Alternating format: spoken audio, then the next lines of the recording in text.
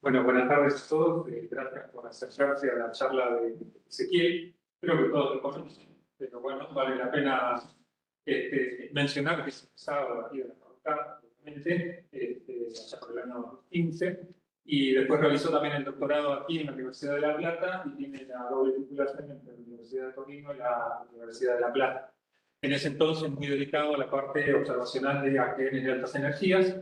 Y después se trasladó a Italia, a Bolonia, donde está desde el año 2020 y ha participado con un equipo en el desarrollo de instrumentación para varias misiones de altas energías, ¿no? Que es el tema que creo que todavía te atrae por allá por Italia. Así que, bueno, nos va a hablar de rayos X para encontrar láseres en nuevas galaxias peculiares. Los dejo con él, que lo disfruten. Muchas gracias. Gracias por la invitación. Es siempre muy lindo volver al observatorio, un lugar que le tengo mucho cariño. Como decía Fabio, ahora tengo mi vida académica un poco dividida en dos partes, la tecnológica y la de ciencia básica. Quise elegir específicamente traer este tema acá porque conozco a la gente que trabaja acá y sé que es un tema que me interesa. Si se quieren copar de la tecnología, nos cruzamos en el café y les cuento, pero lo hacemos aparte de esto. Nunca dejé de trabajar con estas galaxias, a veces con más tiempo, a veces con menos, últimamente me estoy dedicando un poco más. Y estuvimos teniendo unos resultados interesantes que les quería compartir. Lo primero que les muestro, que les comentaba antes, será el cuadro de clasificación taxonómica del famosísimo Urri-Padovani del 95, que conocemos todos, donde divide las galaxias activas entre las que son radio Loud y las radio Quiet, y la presencia de ópticas de líneas en el espectro óptico, el ángulo del jet y quizás, si me pregunta, el spin de la corriente. Yo de esto no sé mucho, así que esto voy a ignorar. Pero quería marcar esto, como en la parte de radio Loud con ángulo chiquito, es decir, con pocas líneas, siempre están los láseres, es lo que yo me dediqué a estudiar. Pero en radio quiet, sin líneas, o es decir, con ángulo chiquito del jet respecto a la visual, ya Urri y Padovani veían que faltaba algo. No lo dice en el texto, no es que lo declaran, no está escrito así bien fuerte, pero el cuadrito no lo explica. Y esto es un detalle que me gustó mucho mostrar. Les tengo que contar una cosa, voy a empezar por un lado medio aburrido, para que después se entienda a dónde llegamos, que es el contexto de lo que estoy haciendo y el método que estoy utilizando. Lo sé que puede ser medio técnico, voy a tratar de ir rápido. La parte más interesante, por supuesto, son los resultados.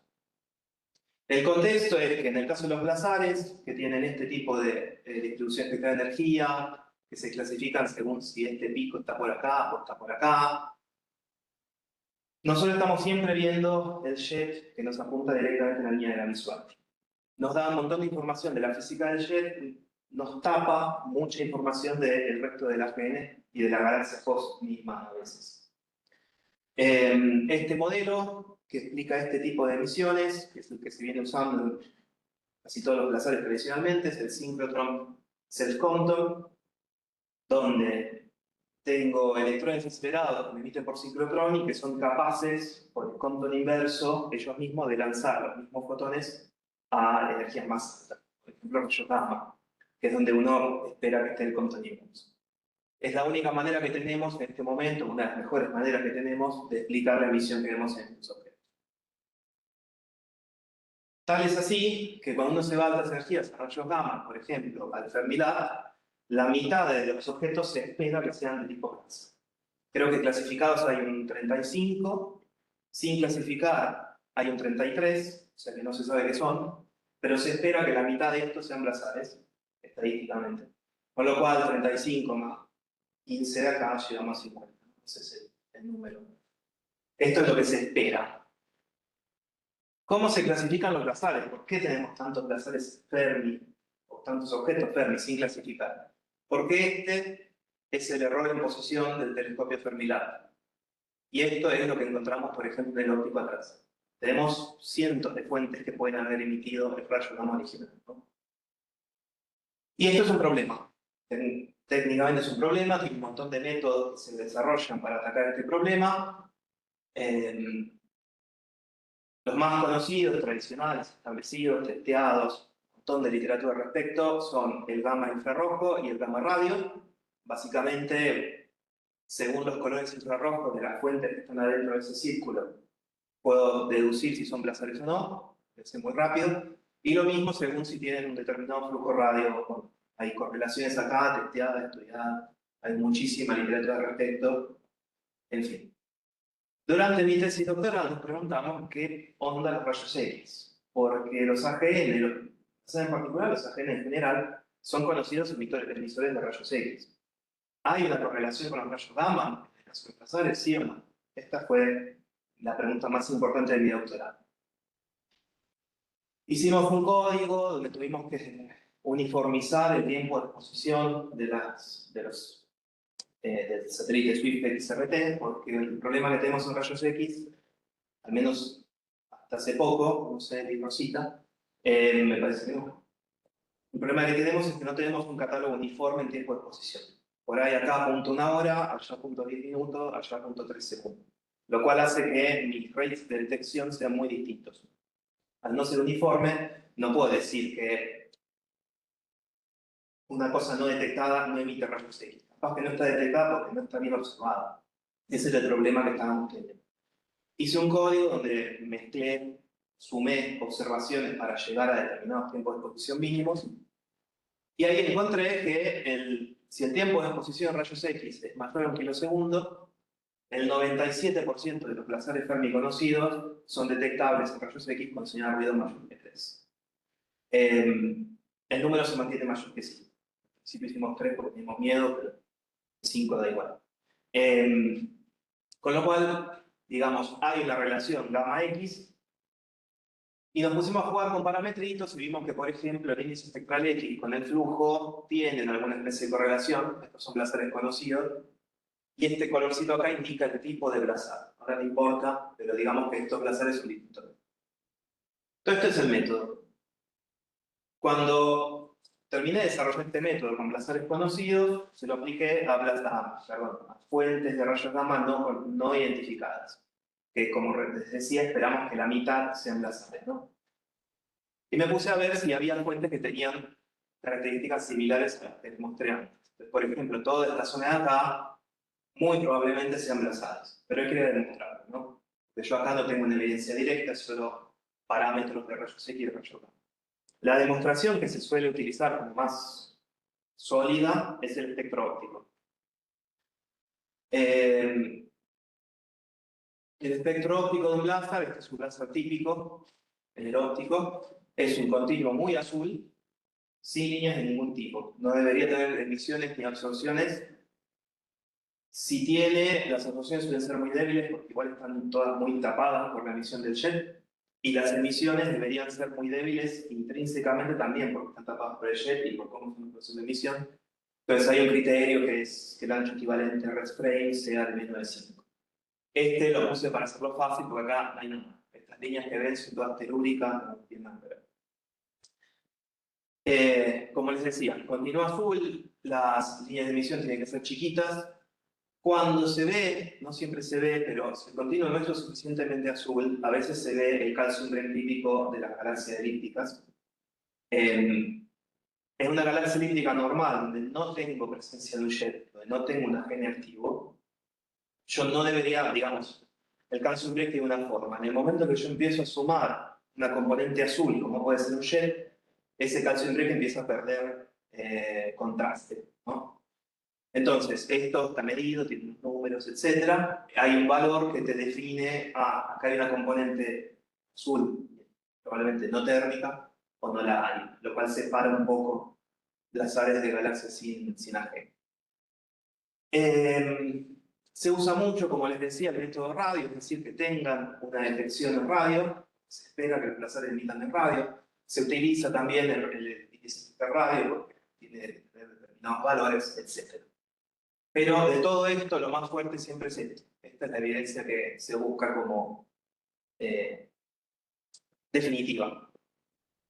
Encontramos después de testear y qué sé yo, le propuse a un estudiante de doctorado, el licenciado Weiss, que está acá presente, le propuse ir a ver si efectivamente las fuentes que yo estaba prediciendo que son blazales lo eran o no. Acá empiezo a mostrar resultados preliminares. 78% de la muestra que trabajó da blazales. O sea que ya estamos por arriba del 50% de Fermi, ¿no? Si yo agarro dos fuentes random del catálogo Fermi, las chances de que una va a ser blazal y una no. Sí. Esta confirmación es... Esto es con el otro, sí. Fuimos estrictos con el método, esto es todo con el espectroscopía. Justamente, si uno empieza a incluir evidencias indirectas, este número capaz que crece, pero queríamos ir por la cosa más conservadora, ¿no? Así que estamos en este número de acá. ¿Cuántos objetos componen la muestra? En la muestra observada, la muestra total son 140. Lo que hizo fue una recopilación de literatura. Ahora, en estos años que pasaron, se observaron 77. ¿Recuerdo mal? De esos 77, el 78% son estos. Y hasta acá, bueno, buen resultado. Yo estaba contento con esto. Vamos a limpiarlo un poco, vamos a trabajar en algunas fuentes con algunas dudas. Todo muy lindo. Y de repente salió esto. Y esto es complicado. Esto ya es complicado de entrada. Porque las cifras yo no esperaría que emitan en rayos gamma.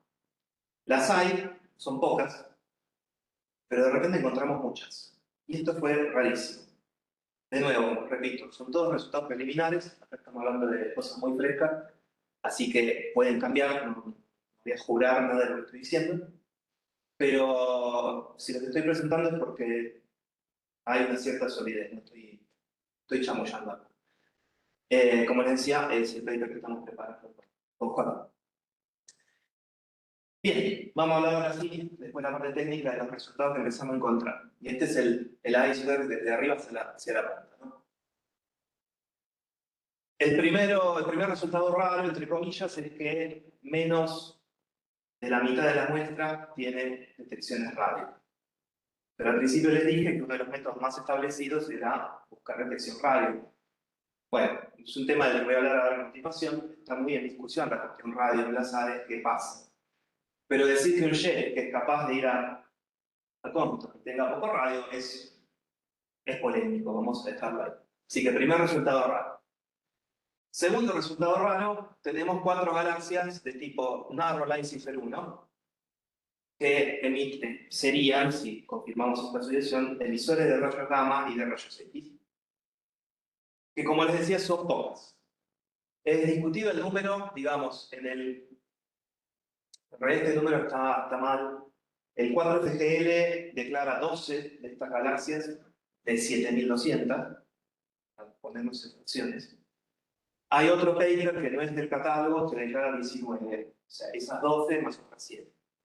Seamos conservadores, metamos 19, como se encontraron 19 de estas, son 19 en 7200, se encontraron en los últimos 15 años.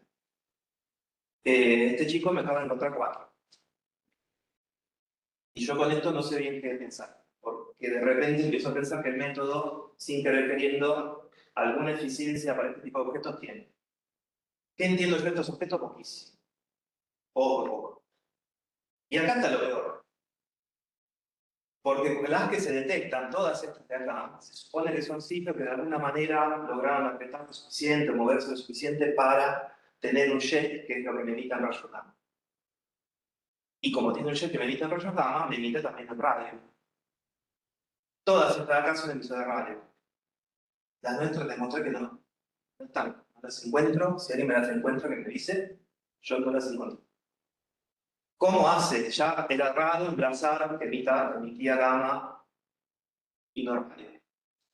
Más raro una cifra que me emite gamma. Y ahora es más raro todavía la cifra que emite gamma y no emite gamma.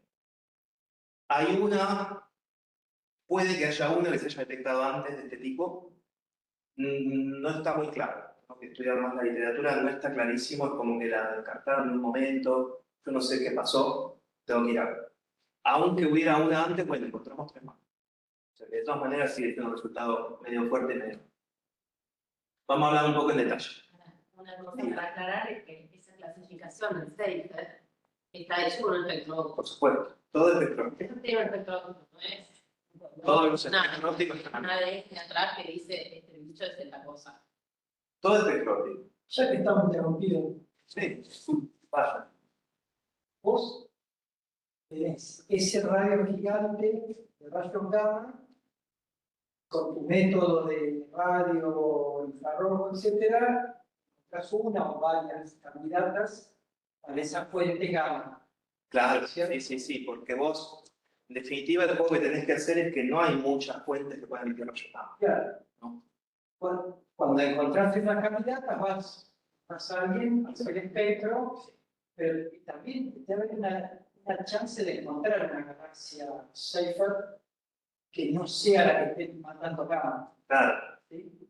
estoy de acuerdo. Estoy entendiendo eso. Sí, el problema es que si te encontrás esa, que emite mucho rayo X, y no encontrás nada más en el campo, ni en radio, ni en X, se me empiezan a acabar los candidatos. O sea, este fue un caso, se medio por la charla, este es un caso feo. No todos los casos son así, a veces tenés 5. Entonces no es tan difícil empezar a descartar. Banalmente, si son estrellas, que son las que más te encontrás, las estrellas no emiten rayos. Tenés también cuestiones de espectros. Vos sabés el índice espectral de rayos gamma y el índice espectral de rayos X.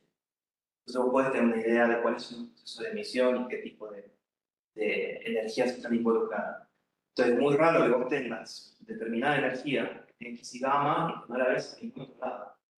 Y si la única que ves es la cifra, sí, vos tenés razón, es discutible si por ahí no hay algo más que me faltó. Realmente no la encontrás. Son resultados preliminares, esa es parte de la limpieza que estamos haciendo. No estamos encontrando mucha respuesta.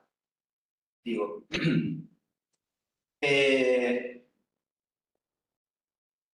estamos por acá.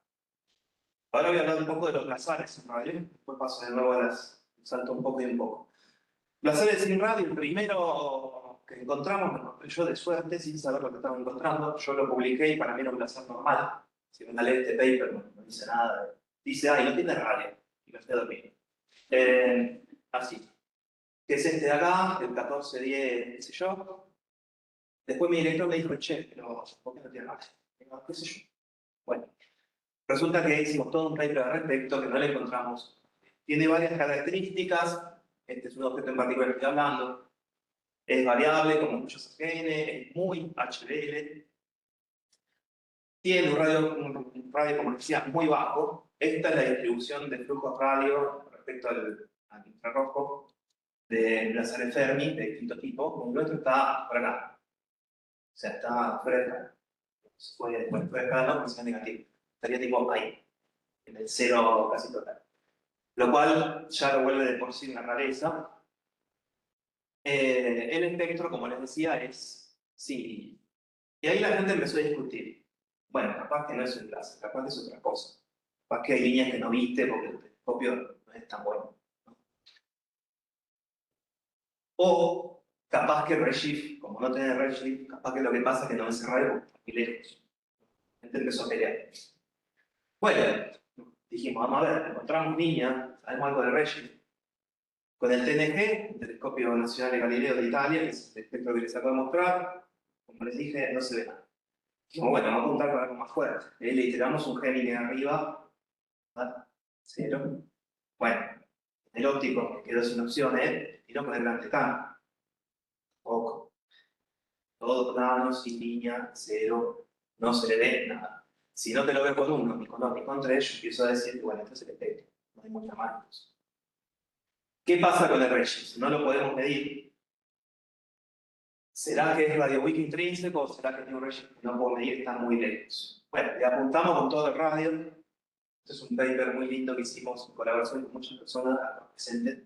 Con Vicky, con Flor, con Juliana, con Juliana Zaponara, que presenta. Tenemos un poco de todo metido. Le apuntamos con el radio, flujo bajo, seguía dando todo igual. Y en esta figura que hizo Vicky, que está muy buena, acá se ve muy bien que no importa el Redshift que uno le ponga, asumiendo valores de Redshift, siempre está por debajo de la distribución conocida del azar. Siempre está bajo en manera. No me importa si lo mando a Regis 3, tiene sentido físico, pero ponele, no da. Así que, como decía mi director, si es amarillo, dice 4, tiene pico, es un pavo. Bueno, para mí tiene todas las pistas de ser un blaster que no tiene radio. Yo no puedo decir eso. Hay gente que se ve con teorías medio locas, pero no. Con lo cual, la primera conclusión que yo saco de todo esto y de los bichos que estamos encontrando, que espero que empiecen a dar, que no son tan raros, es que tenemos que pensar una perspectiva nueva en la física de los jets de estos objetos. Porque si no, con el jet normal, yo estas cosas no me las explico. Y acá otro spoiler, en otro trabajito que estamos haciendo con Florencia, capaz que algún modelo teórico para esto lo encontramos. Vamos a ver la preparación. Pero un modelito de jet sin invocar cosas locas que aplicado al láser empieza a dar. Volvemos a las cifras, que son gamma, no tienen radio, qué sé yo qué les pasa. Como les decía, no somos los primeros en encontrarla, acá un poco el humo, son cosas que ya están en literatura de hace un tiempo, pero son del 2010 igual. Tampoco es que estamos hablando de cosas súper tradicionales. La primerísima referencia que yo encontré, corríjanme si me equivoco, fue de un COSPAR del 2010, que era uno de los primeros resultados de Fermi, que si no me equivoco estuvo lanzado en 2008, así que estamos ahí. El primer debate que se genera es cómo hacen un jet que implique los rayos gamma. Normalmente la cifra, incluso cuando tienen jet, no debería ser tan potente. En estas, claramente, se hacen rayos gamma en un tercio de por medio, entonces hay que explicar qué está pasando, ¿no? Debate en el que yo no me voy a meter porque soy un ignorante total, pero sé que se debate. Como les decía, estamos entre una docena y 19, según a quien le crean, distintas referencias, pero son pocas. Recuerden que Fermi tiene, teniendo 7 objetos detectados, la verdad que es un poquito. No son 0, no es una cosa tan rara, ya hay más de una, pero son pocos. ¿Qué son? Bueno, el espectro óptico de estos bichos típicos es así. Obviamente el narrow line ya les dicen que tiene líneas angostas, no tiene líneas anchas. Por lo poco que yo entiendo, poco de oído, no voy a decir cosas que no entiendo, no es que no veo la DDR, sino que no está. De una manera que no sé bien, uno puede mostrar que la DDR no estaría. No es que no la vea por el ángulo, como pasa con la Cipher 2, sino que simplemente no está. No importa el ángulo en que esté, siempre tiene espectro. Emite mucho rayo X y, como se decía, detección de rayos gamma es como evidencia bastante fuerte de que tiene que haber un shock. Y acá entramos al asunto. Bueno, pero también se decía de la emisión radio. De hecho, muchas de esas fuentes que se detectaron se las puede buscar con el radio. Y si van a ver la referencia esta de acá, del varilla, tienen flujos radio enormes, 1200 millamps, 600 millamps, cosas potentes en radio, no son tranquilas. Mucho más que algunos de los placeres que soy yo. Entonces, encontrar estos bichitos, perdón, encontrar estos bichitos que me tienen gamma alto, pero que por ahí no tienen radio, de nuevo, no tengo conclusión, no sé. A mí me interesa particularmente porque pareciera que se confunden con los placeres que estaba buscando yo. Yo estaba buscando placeres sin radio con un método que desarrollé y de repente se me metieron este ciclo por la ventana.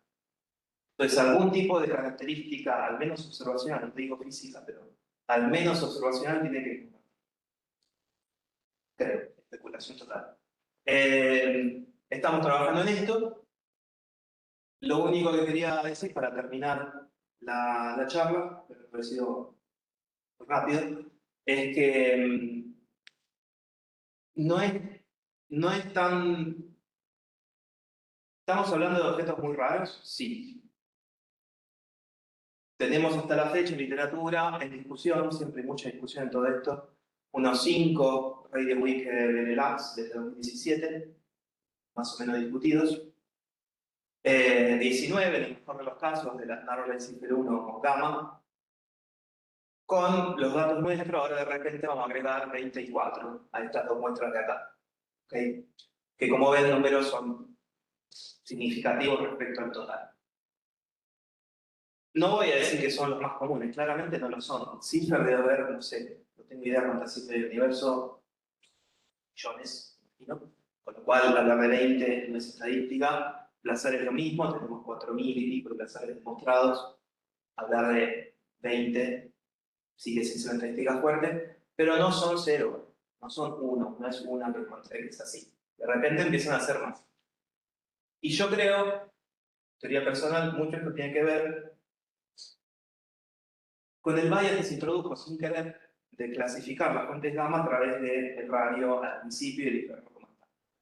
Al no estar metido los rayos X por medio, hay un bias de que Fermi te va a clasificar primero las fuentes que son más brillantes en radio infrarrojo. Ahora que están los X y que empiezan a funcionar los X, bueno, por ahí clasifico fuentes que no son tan brillantes. Simplemente un bias, un efecto de selección de manual. Teoría personal, no la puedo demostrar, pero creo que de repente no van a ser las teorías comunes, pero vamos a empezar a encontrar, creo yo, más de estas y más de estas. Y lo que está bueno, que es lo que estamos tratando de jugar un poco y de investigar, es ver qué son, qué les pasa, qué es la física atrás de estas cosas y por qué de repente parecen primos. Porque yo nunca los hubiera puesto en la misma mesa y de repente están. Así que bueno, para terminar, este diagrama original del banco de Sol, después los encontrarán, así que no van acá.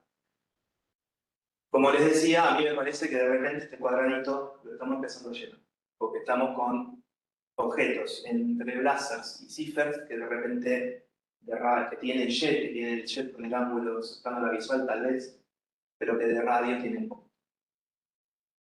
Eso es todo.